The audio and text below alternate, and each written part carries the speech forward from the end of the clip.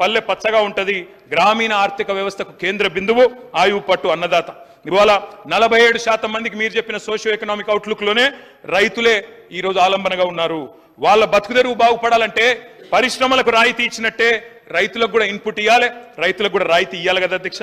అందుకే రైతు బంధు తెచ్చినాం.